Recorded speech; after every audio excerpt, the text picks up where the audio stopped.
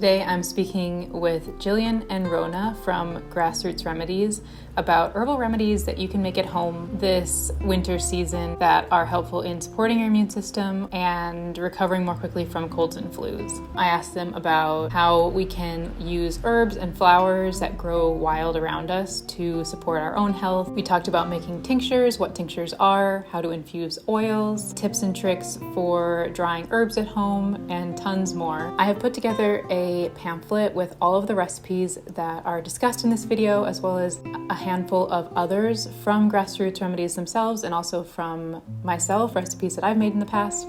And I've compiled it all into a pamphlet which you can download for free, and there's a link to that in the description below, just in case you want to bookmark some of the recipes and refer back to them at a later time. These women are a wealth of knowledge, and the Grass Roots Remedies website has tons of helpful information about how to forage wild herbs and flowers in your area and how to use them in herbal remedies. There are tons of recipes on the website, so I definitely recommend checking out their website. And they also have online courses where they teach people how to forage and how to use what they forage, which I think would make a wonderful Christmas present for any friends and family that might be interested in that sort of thing. I know that it's definitely of interest to me, because having the knowledge to understand how to use the plants and herbs that grow wild around you is so powerful. It gives you an alternative option to conventional medicine.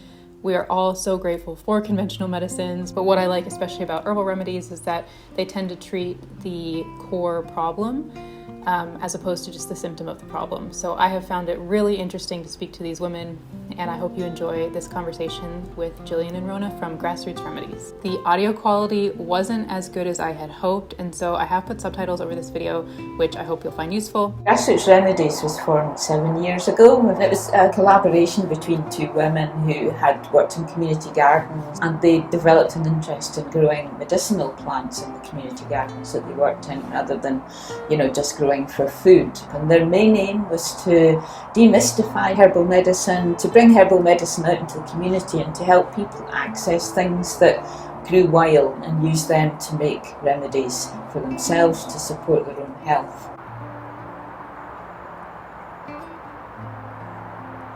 Elderberry syrup, which is, I think, a really nice easy one to start with if you're going to make it yourself. You just need elderberries, sugar and water. Gently heating it up in a pan, add in sugar and water, and then sieving it out. But I tend to, when I'm making it, I try and get rid of all of these little stems. The reason we're stripping the berries from the stems is because the stems contain compound that's irritating to your gut, as do the raw berries, which is why we're cooking them. So if you eat them raw, it can really upset your digestion. So always cook elderberries. Yeah. So they don't have to be dried or anything? No, just use them fresh.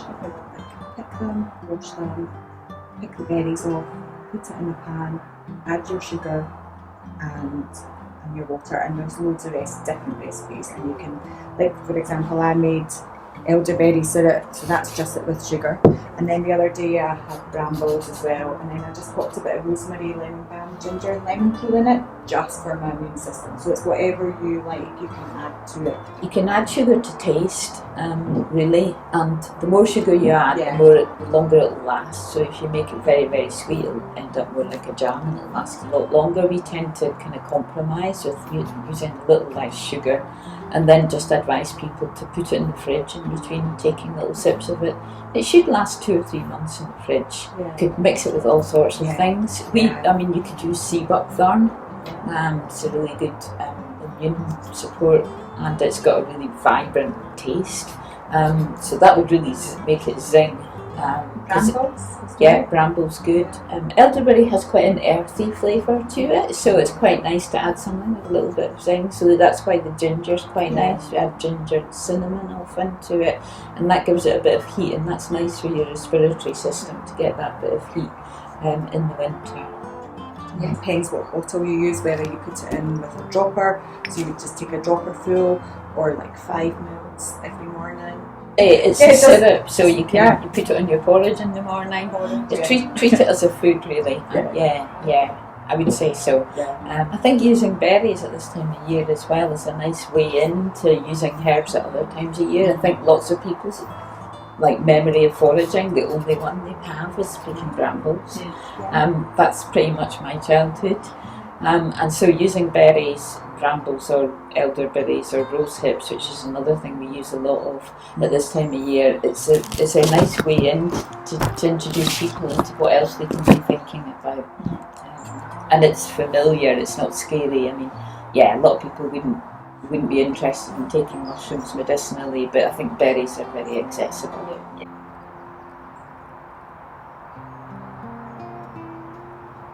From childhood we've learned that if you're unwell you go to the doctor and the doctor gives you a prescription, and I think with herbal medicine you're bringing it much more about thinking about how you look after yourself in the first place and considering what makes you unwell, a discussion that you never have with a doctor, what is it that's made you unwell in the first place, and bringing that back to the basics. There's really good things that come from plants that can help with these with very few side effects. A lot of the sleeping mixes you could get from your GP, really, you wouldn't want to take them for the side effects or they're addictive in some way, the pain medications. And a lot of plants have, the potential to help with those without the side effects.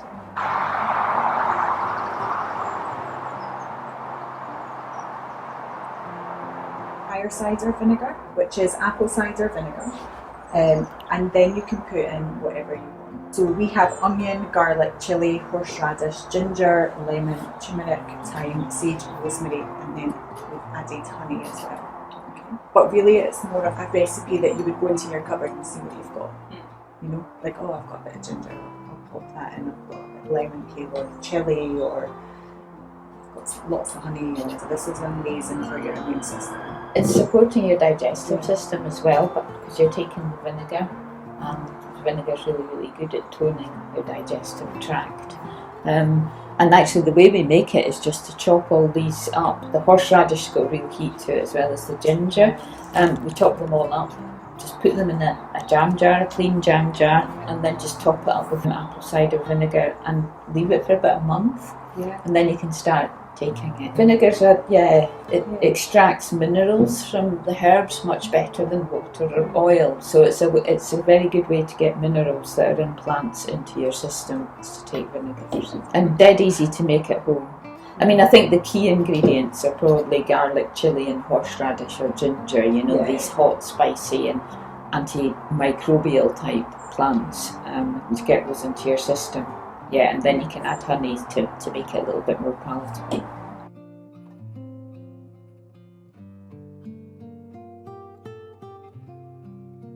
This is a tincture here, so this is just hawthorn in brandy. So this is folk method, and these aren't made with folk methods. These are professionally made tinctures, where this is the kind of tincture that I would make at home, where you're filling a jar up.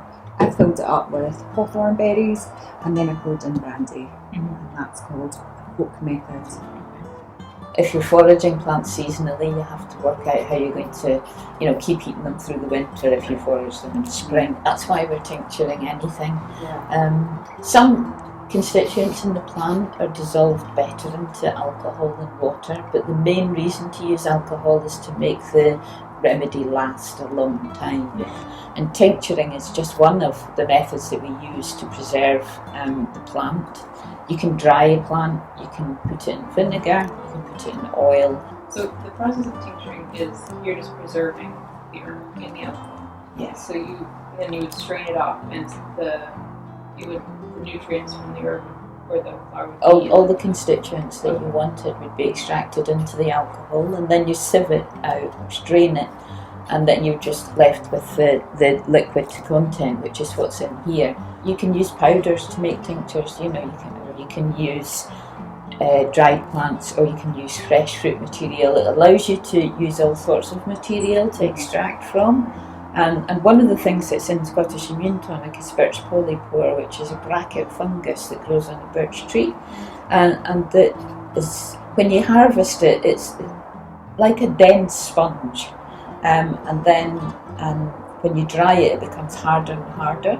And so when you harvest that, you have to slice it up into thin slices, because once it goes harder, it's almost impossible to cut.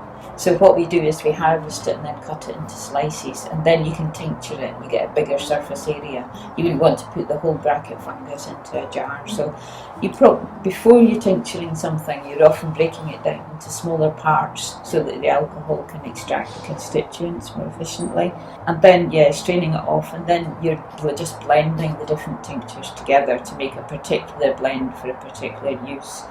And all of these things that we sell, over the counter, as it were, or on our stall or online, these are all designed just for the general public. Whereas if you went to see a medical herbalist, they would make something much more specific for you.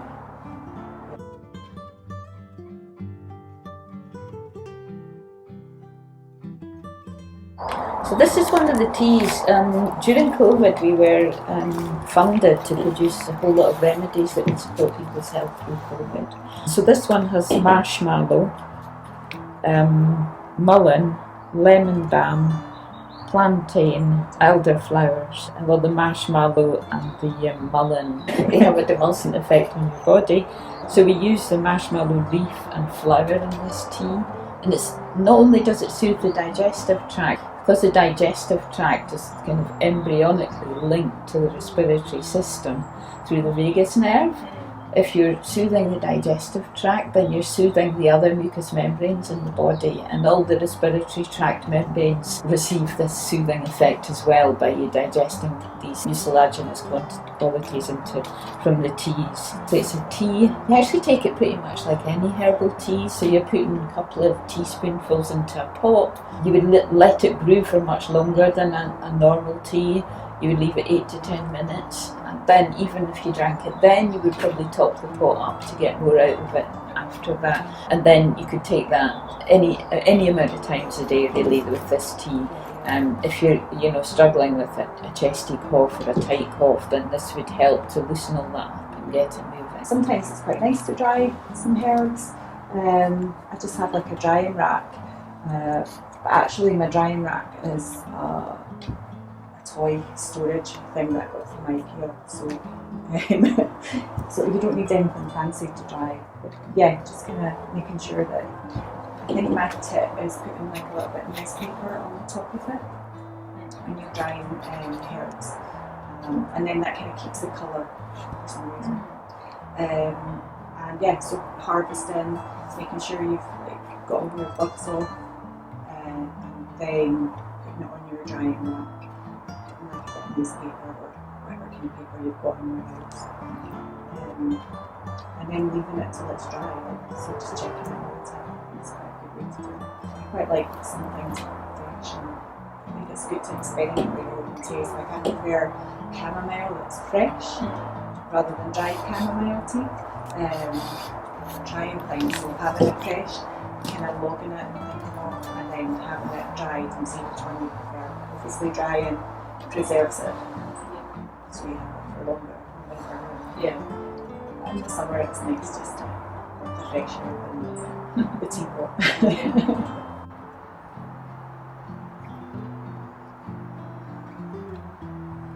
So one of the other ways to preserve herbs is to make an infused oil with them. And one of our favourite infused oils is made with the calendula flowers. So these calendula flowers have been picked. And when you pick them, of course, the plant produces more flowers. We pick the flowers, and these are dried. You can make an oil out of them fresh, but you have to watch if there's a certain amount of water in the plant still, then the oil won't last as long. It's good to at least leave them overnight to lose a little bit of the water if you want to make an oil with them. And if we were going to make an oil with this calendula, essentially we would just top this jar up to cover all of the flowers, so you wouldn't want any of the flower out of the top, and you would cover it, and we use organic sunflower oil for this. Sunflower and nut oil, because lots of people have nut allergies, so sunflower is probably best received by most people, so that's why we use it. So we just top it up and cover the petals, and we would sit that for a month. Once it was sat for a month, the oil takes on this beautiful orange colour as well. And again, we would strain that like you do with a tincture. You would strain it and leave all the plant material behind, because by then you would have all the constituents from the calendula in the oil. And you can use an oil just as it is. You could apply an oil straight onto your skin, and calendula is lovely to soothe dry and irritated skin. And we would use it in that way, but a much nicer way to make something with an oil is to incorporate it into a cream. Buy a base cream, which is really like neutral, it wouldn't irritate anyone's skin. Add the oils and the tinctures into that, but you can only add a certain proportion of oils and a certain proportion of tinctures, because again you want that ratio to be right. And this is a locally made cream for aches and pains, so it's a substitute for an arnica cream, which we know a lot of people use, but arnica's now endangered in the wild. So we produce Sere Namer, Soar No More in English. In it we've got willow, meadowsweet, daisy and rosemary added as the plant extracts. It's got a lovely smell, and that's what it looks like. It takes on a little bit of the colour from the tincture when you mix those in. People use that for pain in joints, muscular pain, nerve pain. One thing that I found really interesting that I hadn't realized before is that some of the more common herbs and flowers that are foraged for medicinal use are actually becoming endangered, such as arnica and echinacea. Grass Roots Remedies has this poster where they show alternative herbs and flowers to ones that are becoming endangered that have the same sort of medicinal properties. And I have put out recipes using echinacea in the past without realizing that it was becoming endangered. And so it's just something that I'm going to take on board, is researching and making sure that I'm not putting ideas out into the world for people to try that are contributing to an herb or flower being over-foraged. I thought that that was a really useful poster that they had put together, because it gives an actionable alternative to some of these really useful herbs and flowers.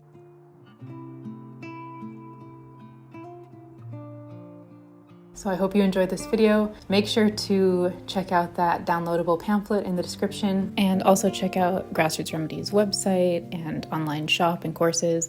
There's lots of good stuff on their site, so make sure to check that out as well. I've linked to everything down in the description below. But for now, thank you so much for stopping by, and I'll speak to you in the next Documenting Simple Living video.